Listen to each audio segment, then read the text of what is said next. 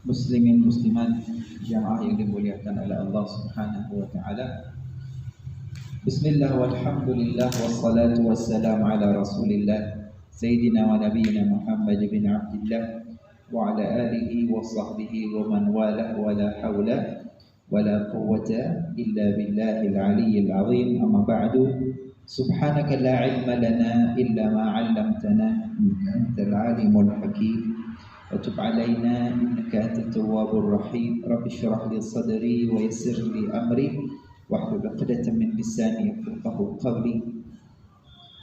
Tafdhil wa ihtirami yang saya hormati, yang saya muliakan segenap para alim ulama, asatidah, tokoh masyarakat, sepuh bini sepuh, kaji sepuh, jajaran pimpinan pengurus Nahdlatul Ulama Kecamatan Kundang Legi, remaja IBNU, IBBNU dan segala semua badan otonomi di bawah Nahdlatul Ulama yang dimuliakan oleh Allah. Hadirin hadirat, ayahanda ibunda, assalamualaikum warahmatullahi wabarakatuh.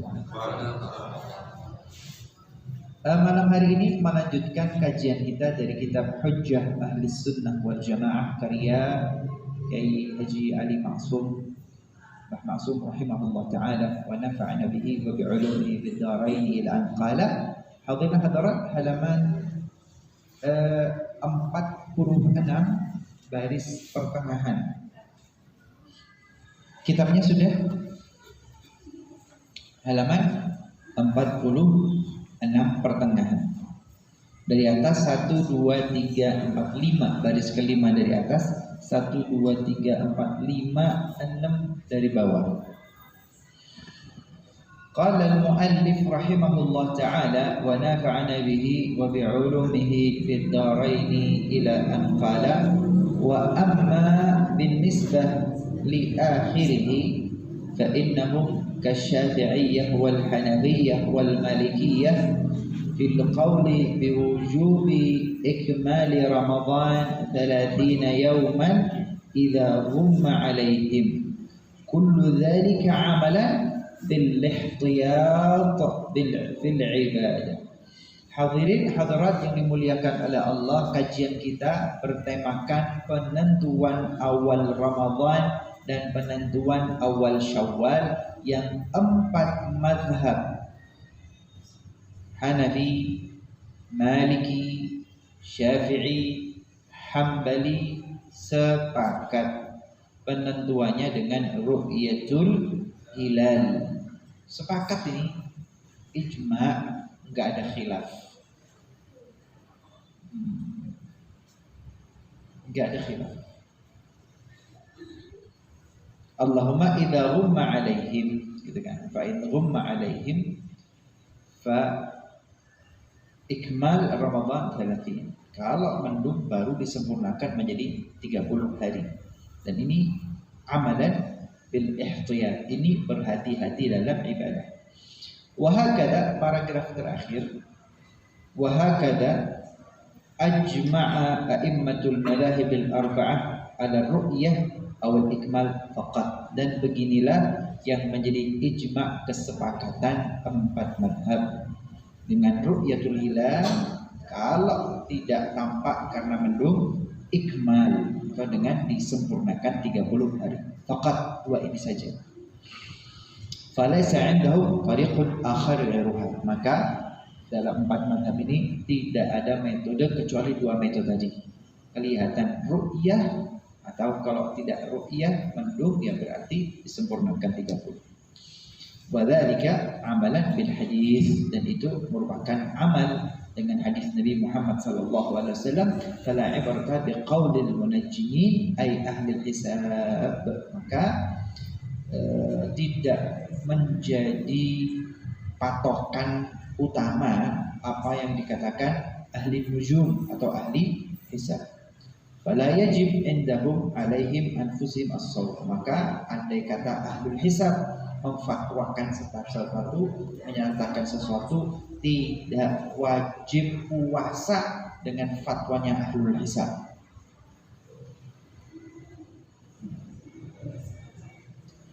Kemudian wala ala man wafiqa bihim ghaira anna al-imam Syafi'i wa Syafi'iyyah qalu yu'tabar qaulul munajjim fi haqqi nafsihi wa haqqi man saddaqahu. Kecuali dalam mazhab Syafi'iyah, al-Imam Syafi'i dan a'immah al-madzhab Syafi'iyah mengatakan yu'tabar qaulul munajjim fi haqqi nafsihi. Fatwa perkataan ahli nujum, ahli hisab itu punya kekuatan hukum hanya untuk dirinya sendiri. Wa haqqi man saddaqahu, dan juga berlaku bagi orang yang memang percaya dengan hisab.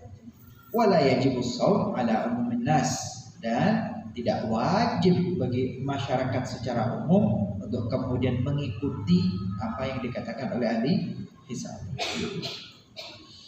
Biqauli ala rajih, ini adalah pendapat yang rajih, yang kuat dalam mazhab Syafi'i. Wahtajal mani'una bi anna syari' allaqa shawma ala amarah thabitah la yataghayyar abadan. Yang tidak menerima hisab, kenapa? Karena syariat ini allaqa shawm, mengaitkan saum dengan amarah thabitah, tanda yang jelas dan tetap ada. La yataghayyar abadan, tidak berubah selamanya. Rembulan, hilal sebagai tanda awal bulan itu ada, nggak bakal hilang, selalu ada. Maka syariat itu menjadikan yang senantiasa ada itu, eksis itu sebagai pertanda perubahan bulan.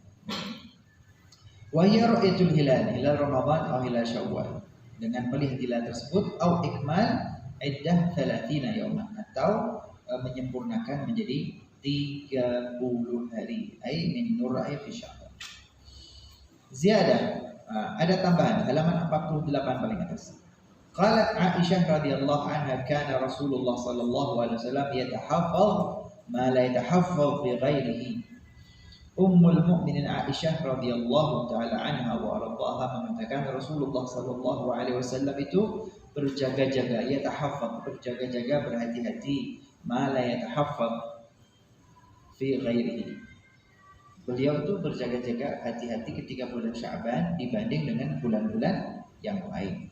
Wa hadha dalil ala anna ikmal Sya'ban 30 yawman min ar-ru'yah la min al-hisab.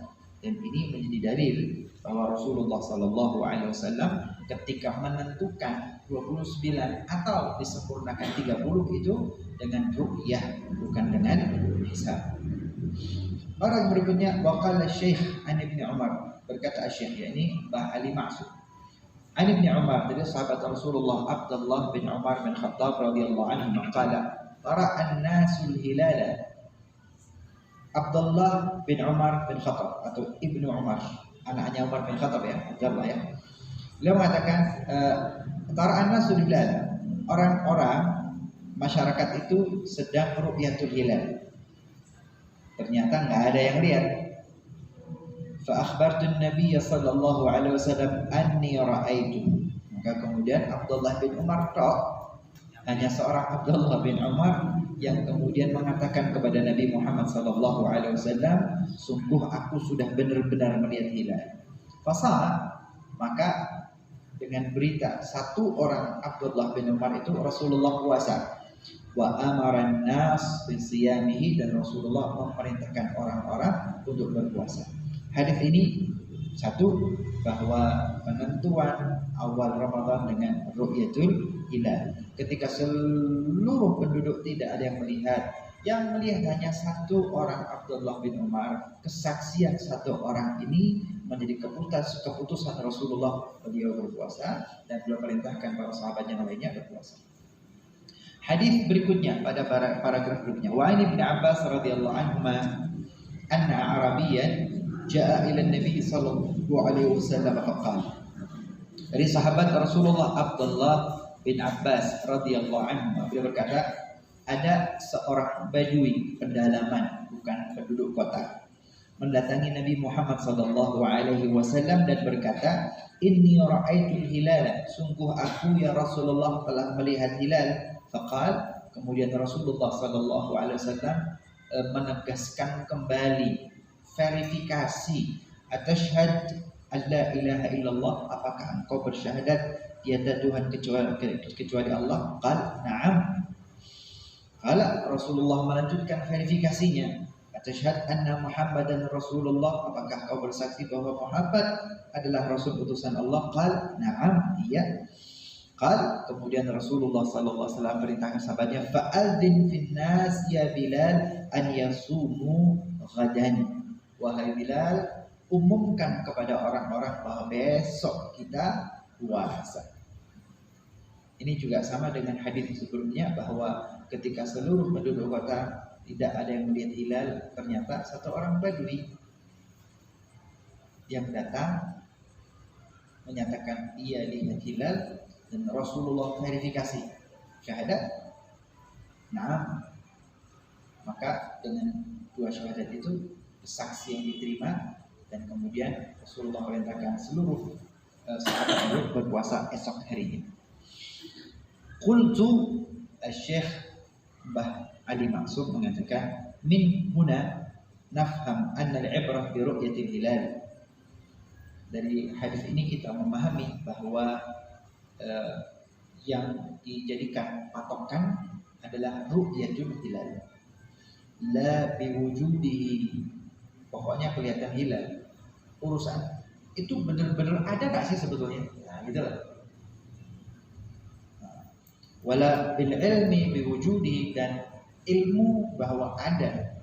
Ini yang membedakan ru'yatul hilal dengan hisab. Hisab walaupun mendung akan mengatakan, ini walaupun mendung, tetapi catatan tulisan hisabnya ini 2 derajat lebih, kelihatan. Padahal mendung. Buat ru'yat kelihatan, nggak kelihatan. Sebaliknya ru'yat kalau tampak jelas, kan kelihatan hilal. Tadi yang ahli hisab mengatakan mustahil kelihatan, karena menurut hisab ini di bawah 1 derajat. Yang kau lihat itu adalah halusinasi. Qaulih ta'ala, dan hadis-hadis ini merupakan tafsir penjelasan dari firman Allah Subhanahu wa taala, faman syahida minkum syahra falyasum. Faman, maka siapapun yang di antara kalian menyaksikan asyhara, artinya awal bulan yaitu hilal, falyasumhu, hendaklah ia puasa. Ai faman syahida minkum dukhul syahr bi ru'yatil hilal, maka siapapun yang melihat hilal yang menandakan awal bulan, fa'ala kulli man ra'ahu, maka siapapun yang melihat hilal tersebut, au thabatat indahu ru'yah ghairihi, atau orang-orang lain yang mempercayakan ru'yah itu, an yasumahu, hendaklah ia berpuasa keesokan harinya. Rajih Tafsirul Jalalain wa Ahsyah As-Sawi. Wa hadzal ihtijaj, paragraf berikutnya, wa hadzal ihtijaj yu'azzizul qawla bi anna al-ibrah fi thubuti syahrai Ramadan wa Syawal bi ru'yatil hilal la bi wujudihi alladhi qad yu'rafu min tariqil hisab. Ya, pengulangan saja bahwa ini menunjukkan tafsir ayat suci Al-Qur'an, hadis, semuanya, semua itu bermuara bahwa penentuan Ramadan itu dengan ru'yatul hilal. Entah memang benar-benar yang dilihat itu hilal, atau yang tampak di mata hilal padahal bukan, gitu kan? Tapi pokoknya kelihatan hilal, ya sudah, itu dianggap sebagai hilal dan itu sebagai awal bulan. Tidak harus memang benar-benar ada, tidak harus begitu. Emang benar ada hilal di sana karena sudah 3 derajat, nggak harus benar-benar ada. Nggak mungkin lihat hilal karena cuma 1 derajat nih, nggak mau tahu. Yang kau lihat itu halusinasi, hanya bayangan, bukan hilal. Bodoh amat. Karena Al-Quran dan Al-Hadis itu patokannya ru'yatul hilal, bukan benar-benar hilal ada karena 3 derajat. Enggak, kelihatan hilal, nggak bisa, pokoknya kelihatan gitu. Intinya di situ ya. Oke. Amma qaulul munajimin, adapun pendapat para ahli nujum ada hisab. Fa in kana mabniyan ala qawaid daqiqah, walaupun hisab itu, ilmu nujum itu, astronomi itu dibangun di atas kaidah-kaidah keilmuan yang detail. Fa inna narahum takhtalifu ara'uhum fil aghlabil ahyan, tetapi faktanya satu metode dengan metode yang lain juga kadang-kadang berbeda. Repot kan?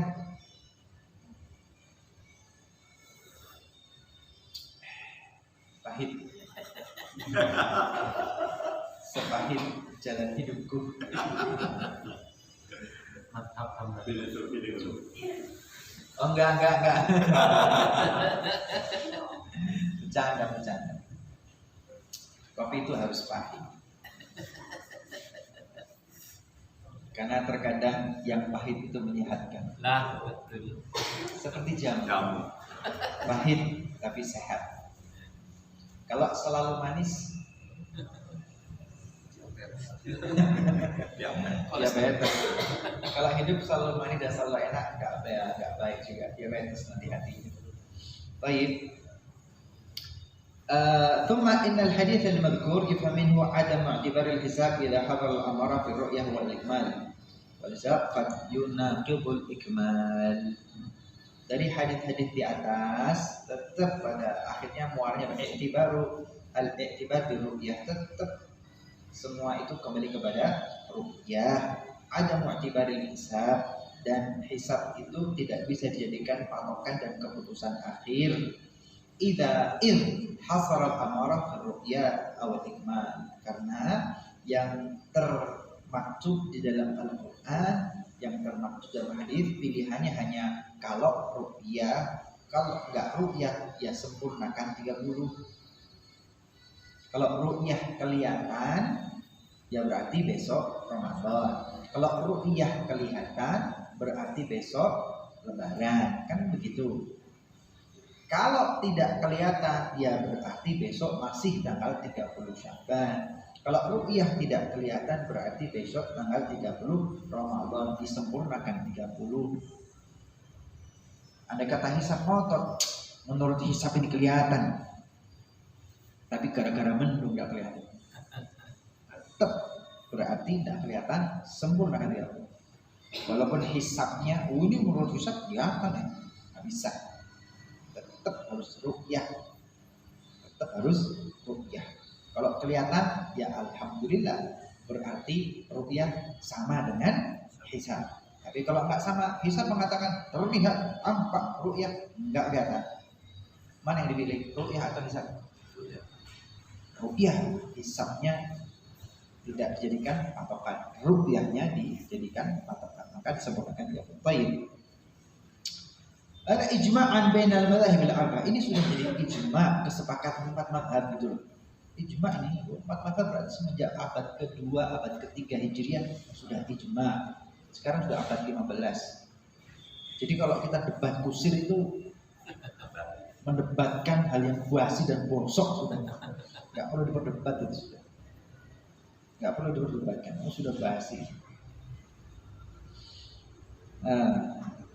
Ini kalimatnya wa ghairaha, bahkan bukan hanya 4 mazhab ya. Wa ghairaha kharij ahli sunnah wal jamaah, bahkan yang di luar ahli sunnah wal jamaah. Sangat sepakat. Bahali Ma'sum ini sangat ya. Bukan hanya 4 mazhab yang beliau sampaikan ya. Bahkan luar 4 mazhab beliau sampaikan. Wa ilaikal an. Ini Mbah Ma'sum, ya Adi Ma'sum menyebutkan ini loh sekarang qaul Sayyid Ibn Al-Qasim Al-Khu'i. Sayyid Al-Khu'i. Sayyid Al-Khu'i artinya hadirin hadirat yang bergelar Sayyid itu berarti mereka punya pertalian darah dengan Rasulullah Sallallahu Alaihi Wasallam.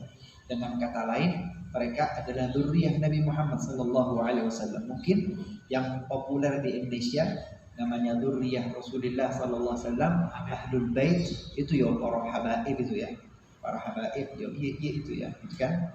Tapi sesungguhnya yang berdarah, yang dzurriyyah bukan hanya habaib. Di luar habaib masih banyak. Allahumma yang datang ke Indonesia ini golongannya grupnya para habaib Sadaqah Alawi ini. Tapi di luar sono Anda pergi, katakanlah Anda pergi ke ini apa namanya, ke Turki, Anda pergi ke Baghdad, Anda pergi ke Suriah, Anda pergi ke Palestina, Anda pergi ke Mesir, Anda pergi ke Aljazair, Anda pergi ke Maroko, Anda pergi ke Mauritania. Masih banyak Duriah yang mereka bukan dari rumpun keluarga habaib, tapi keluarga yang lain. Contoh ini As-Sayyid Ibn Qasim Al-Khu'i. Ini juga berdarah Duriah Nabi Muhammad sallallahu alaihi wasallam. Wa huwa min ulama Syi'atil Imamiyah. Al-Khu'i ini malah dari golongan Syiah Imamiyah. Berdarah ulama Syiah Imamiyah. Untung ya habaib ini Syafi'i ya. Terus datangnya ke Indonesia, waduh sama sudah. Tradisi keislamannya, tradisi keagamaannya itu ya sama. Alhamdulillah. Ya wiritan, ya sirota, ya ratib, ya maulidan, ya juga sama. Untungnya sama. Alhamdulillah. Jodoh, tak akan lari kemana ya. Ini Al-Khu'i ini dari Syiah Imamiyah. Aduh berat. Syiah Imamiyah itu ya. Saya pengen belajar sebetulnya kenapa Iran gitu ya. Sekarang kok jadi tempatnya Syiah Imamiyah. Padahal kalau baca sejarah ya, kalau baca sejarah mufassirin, muhaditsin, dan rata-rata itu bermadhab Syafi'i itu dari situ. Dari tempat-tempat penting yang ada di Iran. Tapi nggak tahu kenapa kok sekarang berubah jadi Syiah. Saya terus terang penasaran kok. Penasaran. Mustahil lah kalau perempuan di sana nggak ada peninggalannya. Imam Syafi'i itu punya kitab Al-Um ya, kitab induk madhab Syafi'i itu Al-Um. Kemudian grade setelah Al-Um itu kitab Al-Muhadzab. Kitab Al-Muhadzab itu Al-Imam Asy-Syirazi. Syirazi ini Syiraz dari di pertengahannya Iran versi Syiraz. Oh iya. Madhab Syafi'i besar. Saya heran kenapa sekarang berubah jadi Syiah Imamiyah. Ala kulli hal, kembali. Sayyid Ibn Qasim Al-Khu'i min ulama Syiah Al-Imamiyah qala la ibrata bighairi ma dzakarna. Syuf. Kalau lebih tegas, la ibrata bighairi ma dzakarna. Ya ini ru'yatul hilal atau mudhi 30 yawman min Sya'ban.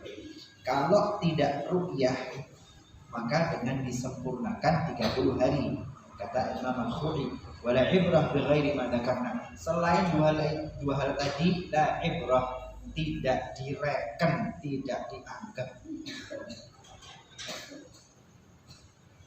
Perlu tegas. Tidak reken. Siapa? Min qaulil munajjim, seperti yang disampaikan para ahli nujum dan ahli hisab. Wa nahwi dzalik, dan orang-orang yang semisal.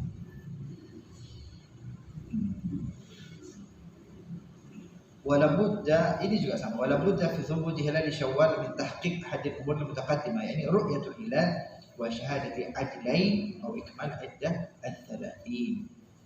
Nah, ru'yatul hilal itu syaratnya seperti tadi, yani memang benar-benar dilihat, kemudian kesaksian dua orang ya, kesaksian dua orang, kemudian atau kalau nggak bisa tidak kelihatan atau tidak ada dua saksi, maka disempurnakan menjadi 30.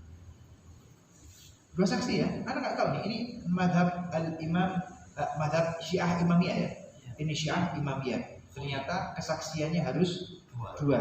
Kita madhab Syafi'i satu cukup, karena hadisnya satu. Falau lam yathbut syai'un minha lam yajzil iftar. Kalau yang disebutkan tadi nggak ada, yaitu tidak ada ru'yatul hilal, juga tidak ada saksi, juga belum disempurnakan 30, maka yang menjadi iftar tidak boleh berbuka puasa atau mengakhiri bulan Ramadan. Thayyib, selesai yang berkaitan dengan ru'yatul hilal atau ikmal 30 yawman. Ada pertanyaan sebelum lebih lanjut? Fenomena saat ini. Ya, fenomena saat ini. Oke, kenapa dengan fenomena saat ini? Tanggapan Habib tentang perbedaan Idul Adha terutama di Indonesia yang beda dengan Saudi Arabia, seolah-olah ada sebagian kecil dari mereka yang justru menyerang frontal kepada pemerintah yang menetapkan. Nah ini padahal minyak goreng kan sudah murah, tapi digoreng-goreng terus gitu. Iya. Dijadikan akomoditi. Bagaimana fenomena kekinian yang kemudian mengkonfrontasikan antara kita di Indonesia dengan keputusan Saudi Arabia. Oke, hadirin hadirat yang dimuliakan oleh Allah Subhanahu wa taala, di masa-masa yang lalu, di tahun-tahun yang lalu, ketika teknologi informasi tidak secepat dan sederas sekarang, dulu lebih damai. Pemerintah mengatakan besok lebaran, ya sudah besok lebaran. Besok tidak lebaran, besok tidak lebaran. Kemudian seiring dengan derasnya arus informasi teknologi semakin canggih, semakin pinter, akhirnya tuh kepinter. Kepinteran malah ruwet ternyata ya. Kepinteran itu bikin ruwet. Kepinteran itu bikin ruwet. Tidak usah pintar-pintar sudah, yang penting soleh, baik, aman. Fenomenanya bagaimana? Ya terus terang saja.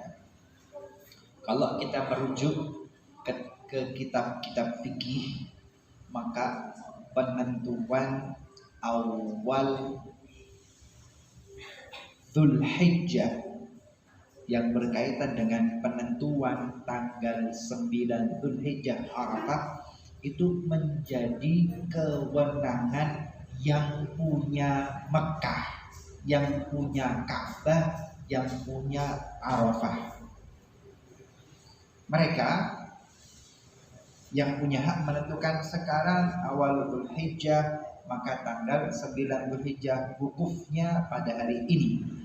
Itu hak mereka untuk menyatakan itu. Kemudian kaum muslimin harus menyesuaikan dengan mereka supaya ibadah hajinya, wukuf di Arafahnya dengan mereka. Tapi ini berkaitan dengan amalan ibadah haji.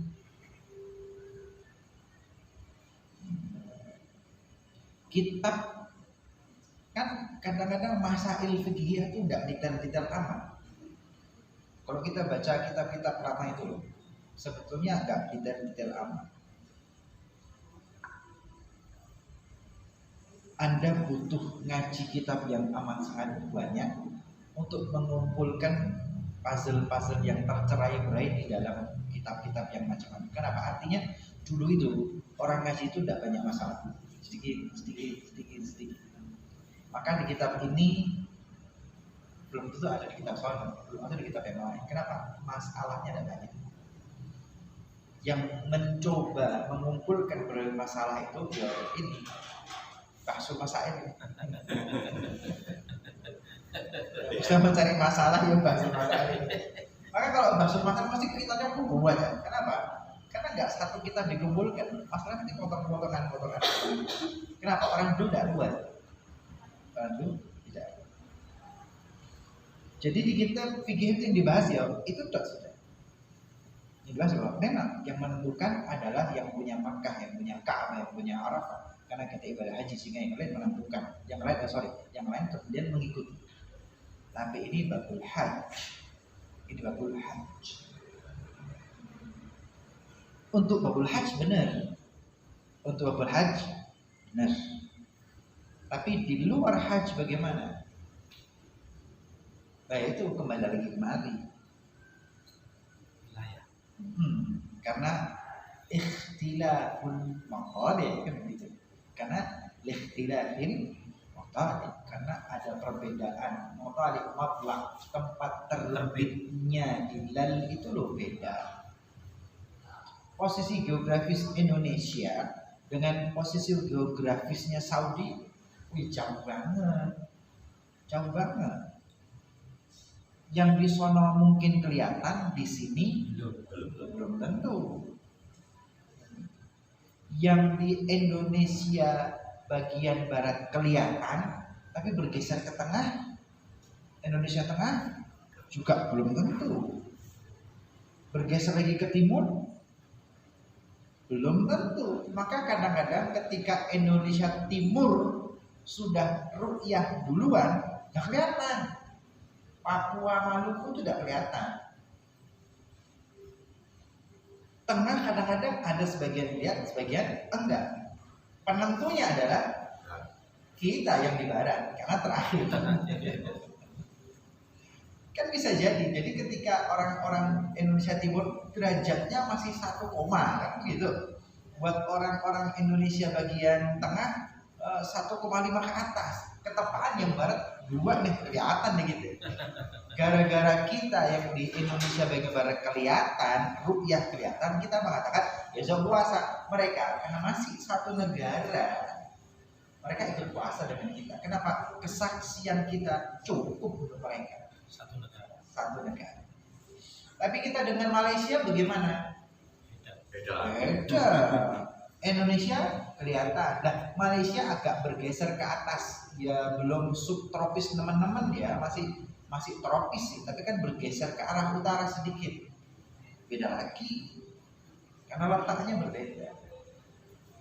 Ikhtilaful maqalah ini yang kemudian masing-masing wilayah punya ru'yah sendiri-sendiri, dan ini sudah dari dulu tidak bisa disatukan. Usaha untuk bagaimana supaya Islam itu, mohon maaf, seperti 25 Desember itu loh, sedunia sama. Nah, ada memang pengennya begitu. Itu loh 25 Desember sama, gak berubah, gak beda, begitu ya. Gak pakai yang namanya sedunia sama gitu kan. 25 Desember. Kenapa umat Islam gak bisa? Itu ada digagas seperti itu. Bagaimana kita satukan? Gak bisa. Kenapa? Karena rumusannya jelas hadisnya, ru'yah. Karena di zaman Rasulullah SAW atau di zaman Rasulullah SAW atau di zaman sahabat pernah terjadi mereka yang tinggal di Syam, negeri Syam, Damaskus, Suriah. Mereka di sono puasa. Ketika mereka bergeser ke Makkah dan Madinah, Madinah sudah ru'yah dan sudah lebaran. Memang posisinya beda. Itu zaman sahabat Abdullah terjadi seperti itu. Jadi zaman sahabat sudah ikhtilaful maqalih. Kemudian 4 mazhab juga mengakui ikhtilaful maqalih, sehingga sampai sekarang ikhtilaful maqalih ini tetap dipakai. Jadi kekinian bagaimana, Beb? Ya kalau menurut fuqaha al-madzhab memang ijma'nya satu dengan ru'yah, kedua memang ikhtilaful maqalih. Kita punya ru'yah, yang di Mekah punya ru'yah. Mekah menentukan tanggal 1-nya sekian, kita menentukan tanggal 1 kita sekian, karena ru'yahnya berbeda.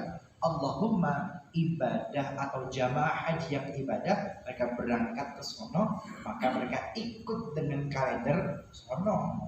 Maka kalau di Makkah tanggal 9 Dzulhijjah hari Arafah adalah hari Jumat, walaupun kita di Indonesia, pemerintah Indonesia menyatakan tanggal 9 Dzulhijjah hari Arafah harus Sabtu, bagi jamaah haji yang berangkat haji ya ikut sama pemerintah sono. Jangan lantas kami cinta NKRI terus wukuf hari Sabtu. Gak gitu juga kali ini. Jelaskan. Gak gitu juga kali. Iya. Malah enak sepire wukuf. Katanya desuk-desuk aku di Arafah, saya mau sepi. Untuk haji itu, tetapi di luar itu memang mau nggak mau dilakukan satu. Kedua, hadirin hadirat yang dimuliakan oleh Allah, saya secara pribadi ketika ada keputusan dari Kementerian Agama yang merupakan bentuk perhatian negara ini kepada umat Islam, mereka menyatakan, memfatwakan, memutuskan sesuatu, saya secara pribadi loh ya, Saya pribadi lebih condong untuk mentaati apa yang disampaikan oleh Kementerian Agama, pemerintah. Kenapa? Karena mengayomi berbagai macam komponen umat Islam, organisasi Islam se-Indonesia dipayungi, dilibatkan, tokoh-tokohnya dilibatkan, bermacam-macam metode juga dilibatkan. Artinya ini hasil musyawarah untuk menyampaikan mufakat Pancasila sila keempat, ya kan? Ya kan? Kan bukan keputusan sepihak, tetapi urun-urun bersama. Maka kalau dalam satu keputusan bersama musyawarah mufakat, yaitu seperti ijma sebetulnya. Itu bukan level fatwa, tapi level ijma, karena kesepakatan berbagai macam komponen masyarakat, komponen ulama, komponen ormas. Itu sebetulnya sudah, walaupun gak ijma mutlak, tapi level ijma bukan fatwa. Ijma. Satu itu. Kedua, andai kata ada salah, ada benar, Rasulullah sudah berikan jaminan la yajtami ummati ala dhalalah. Umatku itu loh gak akan bersepakat dalam kesesatan. La yajtami ummati ala dhalalah. Umatku gak akan sepakat dengan sesat. Insyaallah mereka akan sesat.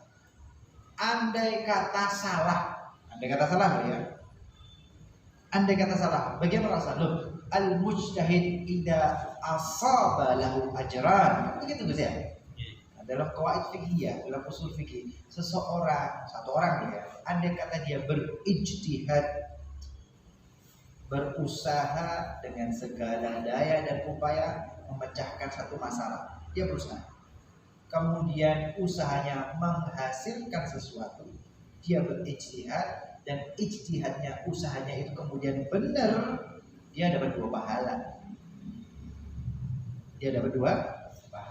Kalau pemerintah itu berusaha mengumpulkan musyawarah mufakat, sidang isbat dan benar, pahalanya 2. Wa idza akhta, andai kata salah, seseorang sudah berusaha kemudian keliru.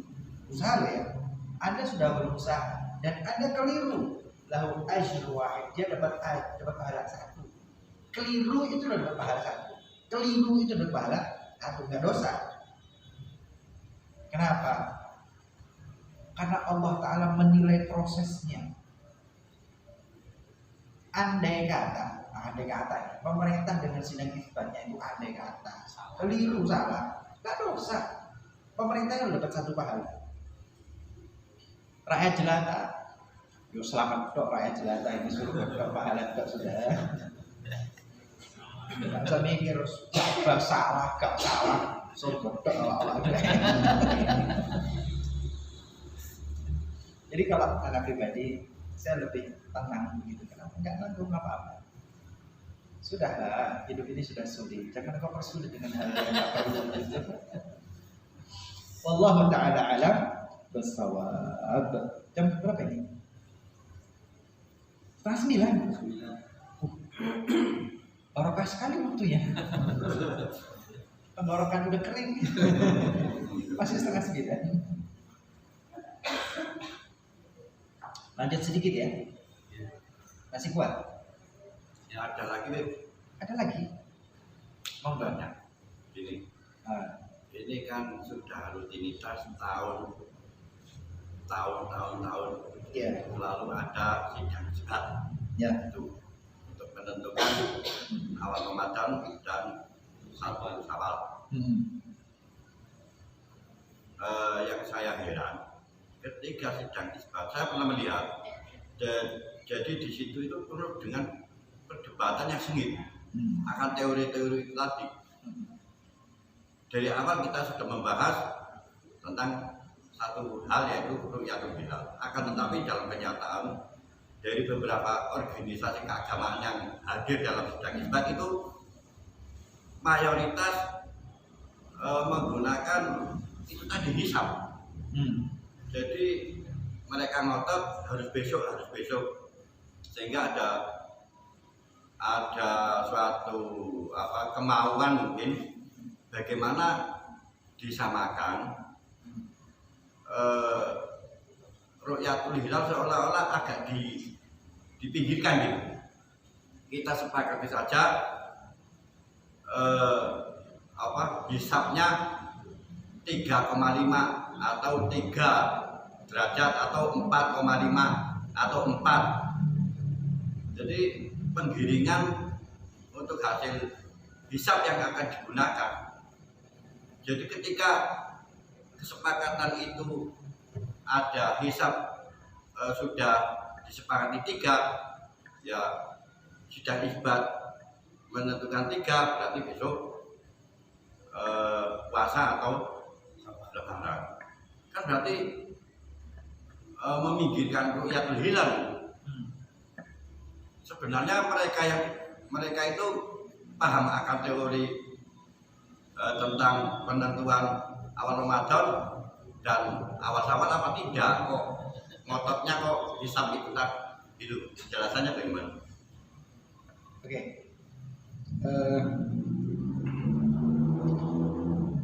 Kalau kita berpegang dengan metode berpegang dengan tradisi keislaman yang diajarkan oleh guru kita, ulama-ulama kita, insya Allah linier dan konsisten.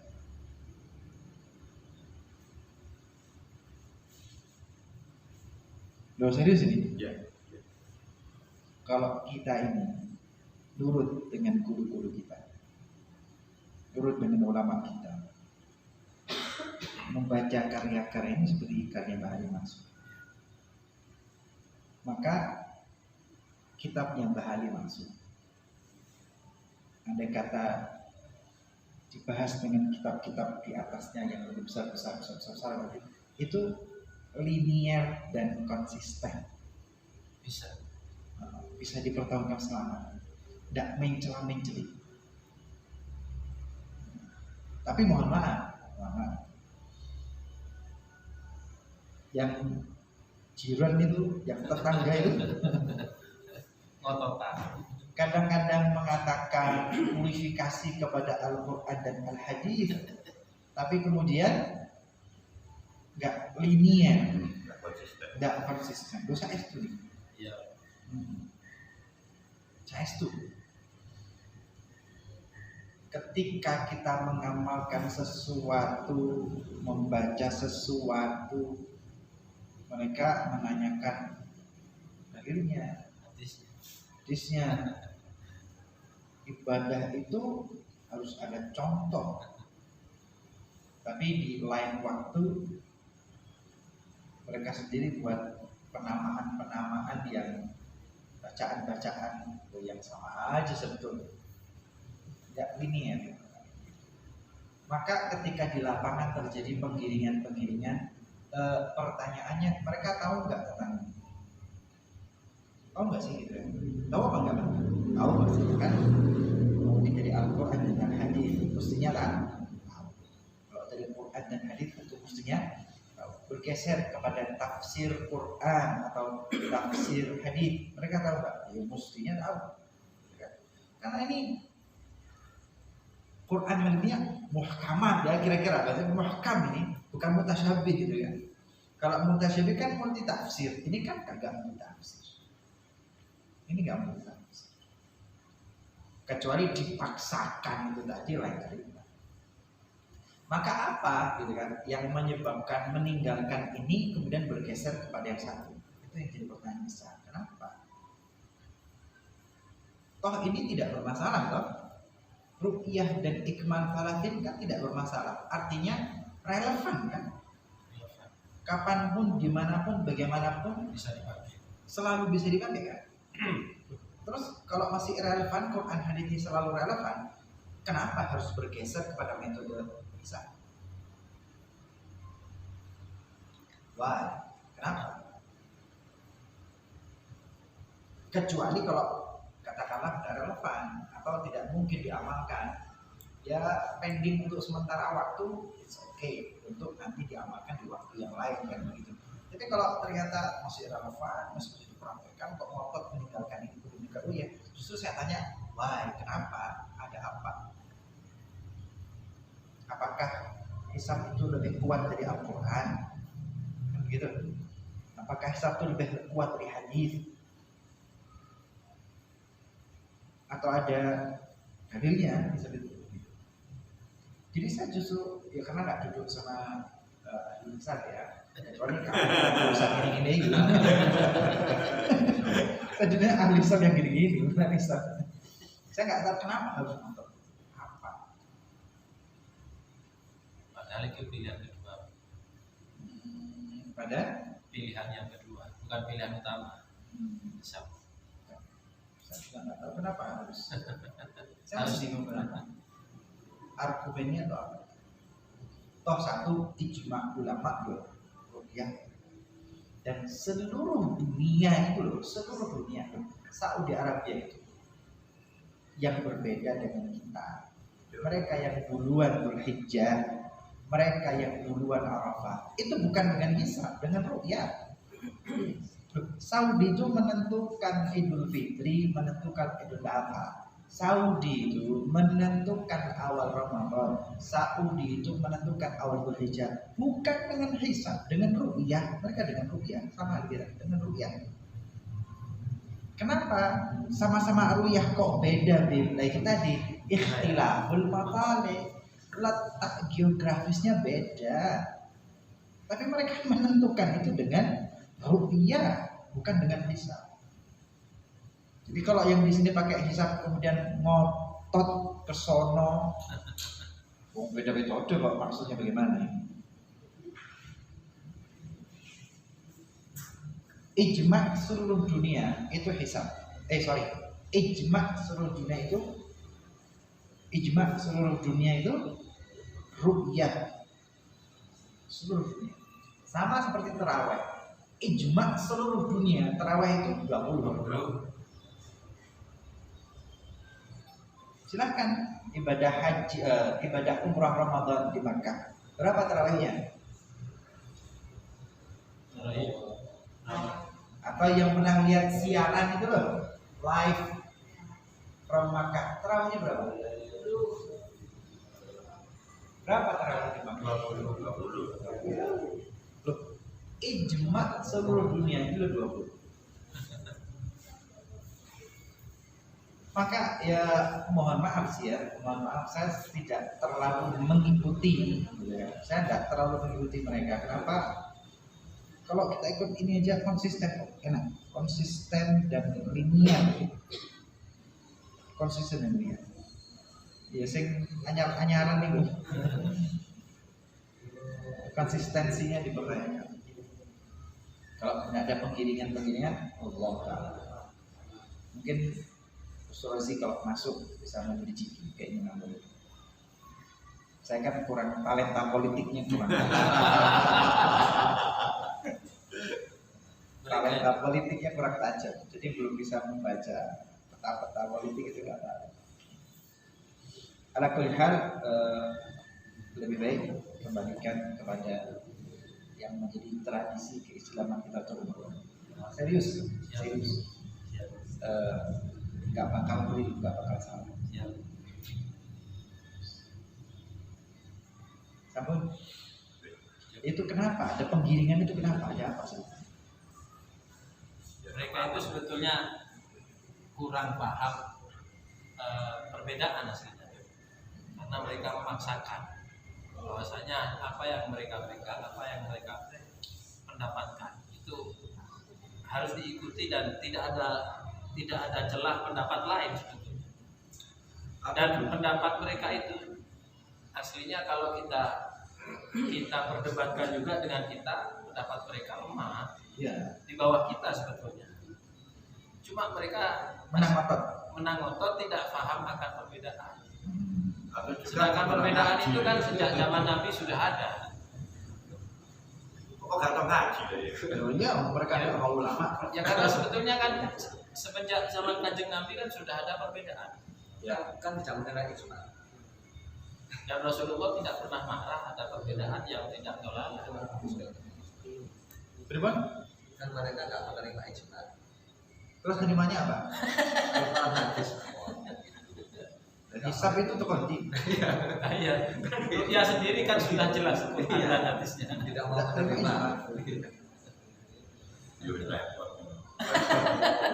Kan madhabnya cuma Al-Quran hadis.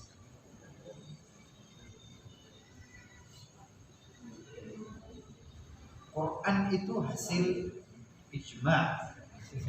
Hadis itu, loh ya, Quran itu dari Allah Subhanahu wa taala kepada Nabi Muhammad sallallahu alaihi wasallam mulai Rasulullah usia 40 tahun Iqra bismi rabbikal ladzi khalaq sampai nanti usia 63 sampai al-yauma akmaltu lakum dinakum. Turun potongan-potongan ayat, potongan-potongan surat tidak urut. Pertama Iqra, kemudian Al-Muzammil, kemudian Al-Mudaththir, kemudian nanti ada Al-Kafirun, kemudian juz 30 tentang tarakat. Kan begitu. Ketika sudah pindah ke Madinah baru ya ayyuhalladzina amanu, ya ayyuhan nas, ya bani Israil, karena ada orang Israel di Madinah. Kalau di Mekah ya ayyuhal kafirun. Kan begitu. Itu potongan-potongan yang tidak urut dan tidak tertulis dalam satu naskah mushaf. Dirintis jadi mushaf masa Abu Bakar, itu disimpan pribadi, tidak publikasi. Di masa Umar disimpan Ummul Mukminin Hafsah, di masa Utsman baru publikasi menjadi 6 naskah. Penulisan Al-Quran jadi satu mushaf naskah itu ijma, karena tidak ada dalil dari Quran memerintahkan menulis Quran satu naskah. Tidak ada dalil dari hadis Rasul perintahkan menulis satu naskah. Mereka menolak ijma, yo nggak usah. Nggak usah pegang Quran. Apalagi hadis, hadis itu panjang sebenarnya. Maka kalau shortcut Al-Quran, shortcut kepada hadis, Anda kehilangan 15 abad, Anda kehilangan 1500 tahun para qurra, para muhadditsin, para mufassirin, para ulama, banyak orang, banyak ulama, banyak sholih, banyak mufassirin, banyak muhadditsin. Banyak yang kau hilangkan begitu saja. Shortcut kok. Itu sama ceritanya, saya nggak mau dengan peraturan Pak Camat, nggak mau peraturan Pak Bupati, nggak mau peraturan Pak Gubernur, saya langsung kepada UUD 45 dan Pancasila.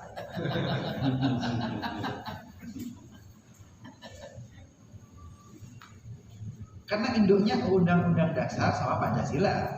UUD 45 sama Pancasila baru melahirkan KUHP, Kitab Undang-Undang Hukum Pidana. Kitab Undang-Undang Hukum Perdata, kan gitu. Apakah KUHP ini cukup? Ternyata tidak. Butuh peraturan presiden. Perpres itu kekuatan hukumnya di bawah KUHP, di bawahnya UUD, tapi ada perpres. Apa cukup perpres? Tidak cukup. Peraturan menteri, permen, peraturan menteri. Apakah cukup? Ada pergub, peraturan gubernur. Apa cukup? Pergub, peraturan bupati.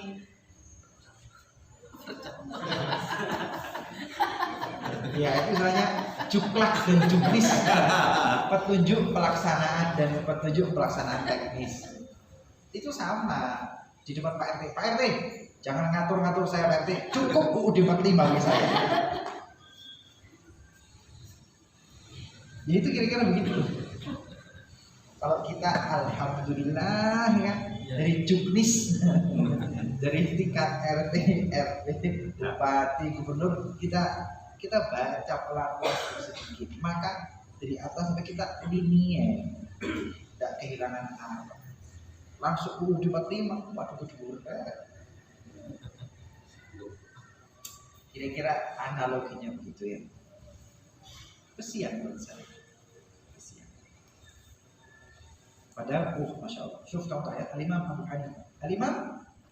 Al-Imam Abu Hanifah mengatakan, Al-Imam Abu Hanifah mazhab Hanafi, mazhab pertama 80 Hijriah, mazhab pertama itu mazhab Hanafi, mengatakan, syuf, beliau mengatakan hikayatus salihin, cerita hikayat orang-orang soleh. Imam Abu Hanifah ngomong cerita orang-orang soleh tahun 80 Hijriah, dia mengatakan orang-orang soleh. Yang di atasnya beliau berarti kira-kira siapa? Tabi'in. Kemudian sahabat. Beliau sudah mengatakan bahwa orang-orang soleh yang ada di generasi beliau dan atasnya, padahal dia masih dekat, gitu kan? Imam Abu Hanifah kan masih dekat, satu generasi atau dua generasi Rasulullah kan begitu. Tapi beliau mengatakan hikayatus sholihin, hikayat, cerita-ceritanya orang soleh, wa akhbarahum, dan kabar-kabar dari mereka itu ahabbu ilayya, aku lebih cinta, aku lebih senang min kathratil fikhi, daripada overdosis hukum fikih. Kenapa? Li'anna fiha, karena dalam hikayat-hikayat itu, dalam kabar-kabarnya orang soleh itu, adabuhum wa akhlaquhum, karena ada para ulama, para solehin, akhlak mereka itu dalam cerita-cerita itu. Tapi kalau kafratul fikhi baru buat.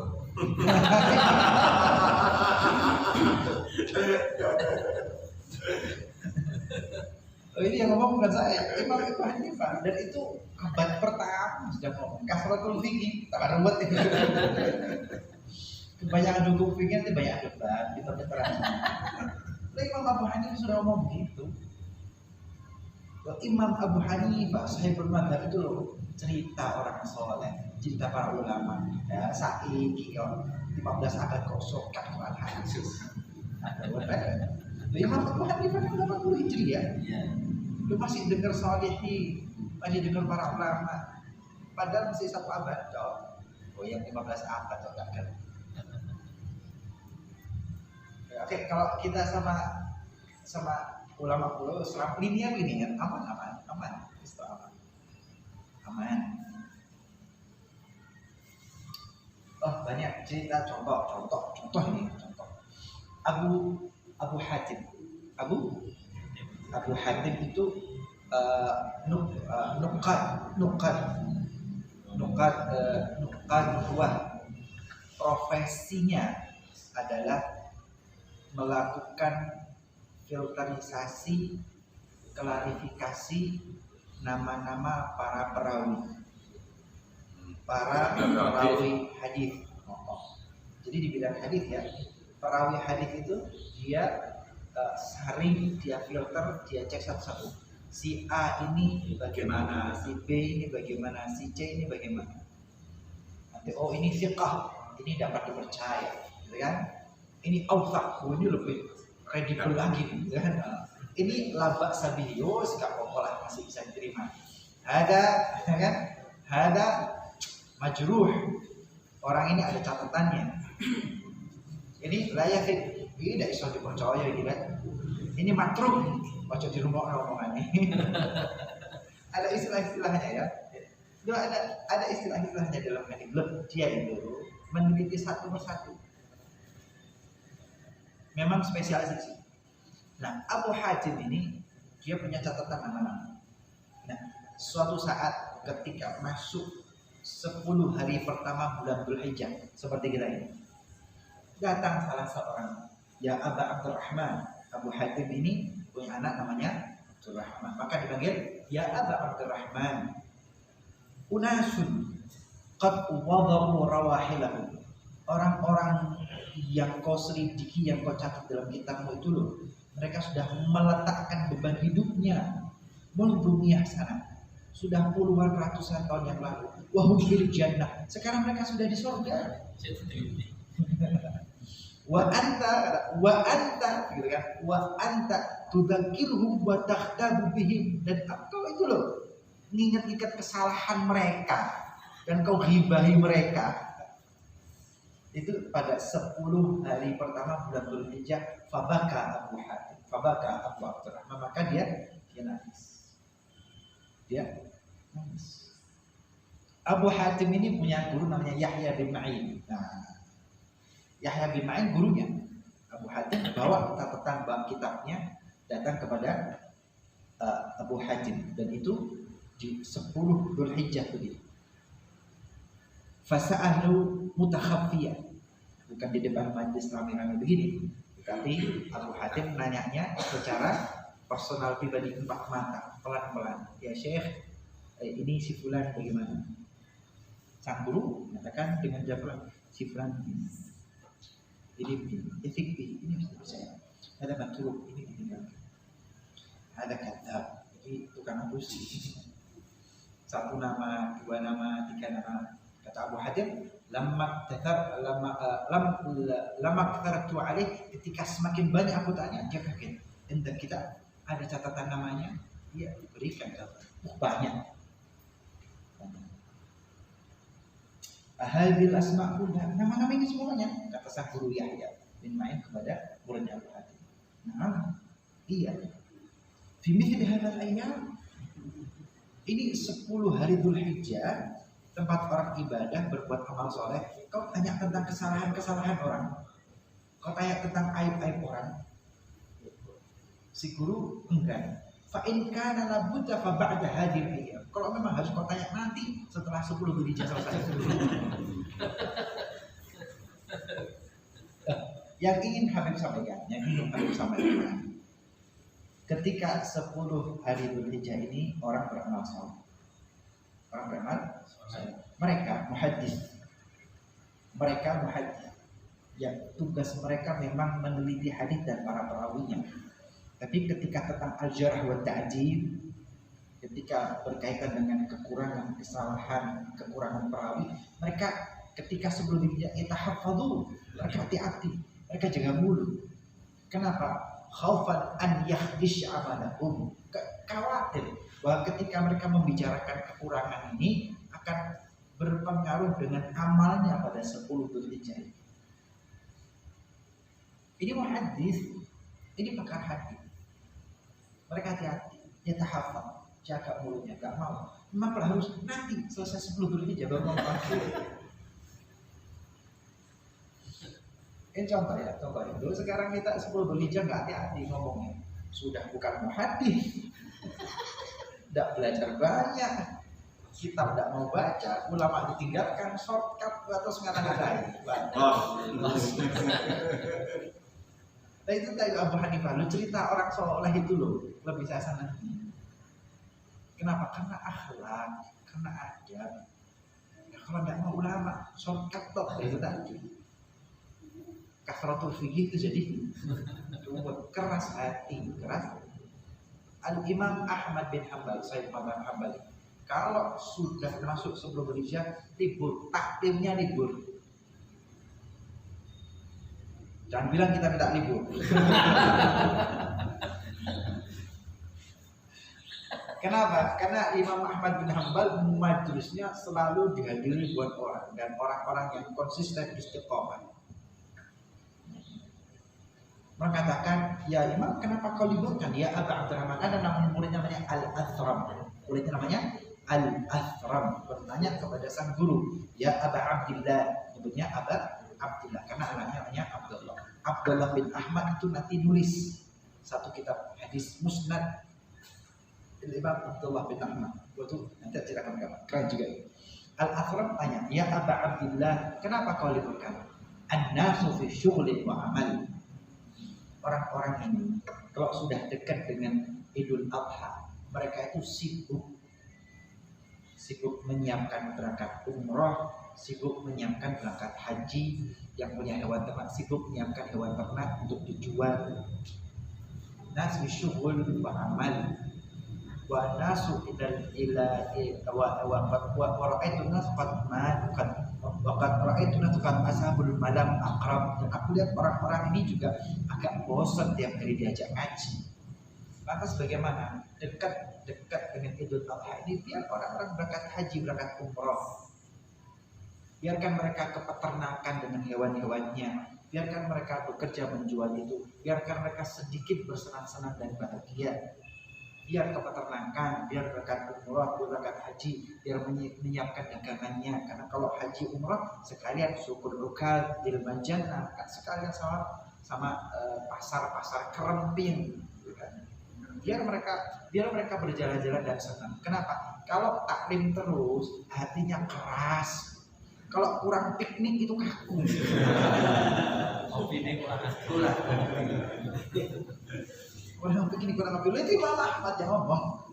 Itu Imam Ahmad. Ibn al-Hanbal. Muridnya suruh piknik. Kapan piknik Gus? Sudah hafal katanya. Oh sudah ada amin. Piknik asal saya. Insyaallah Imam Ahmad, Yahya bin Ma'in, Sesuai Halim. Masya Allah. Ini cerita para alim. Ala kulli hal mereka hati-hati ya. Ketika 10 jam mereka lebih. Masya Allah. Sip banyak lagi kapan-kapan tak cerita namanya. Siap. Wallahu ta'ala alam. Bismillah. Mari kita akhiri, kita tutup dengan kafaratul majlis bersama-sama. Subhanakallahumma wa bihamdika asyhadu an la ilaha illa anta astaghfiruka wa atubu ilaik. Subhana rabbika rabbil izzati amma yasifun wa salamun 'alal mursalin. Alhamdulillahi rabbil alamin. Allahumma shalli wa sallim wa barik ala sayyidina Muhammad wa ala ali sayyidina Muhammad.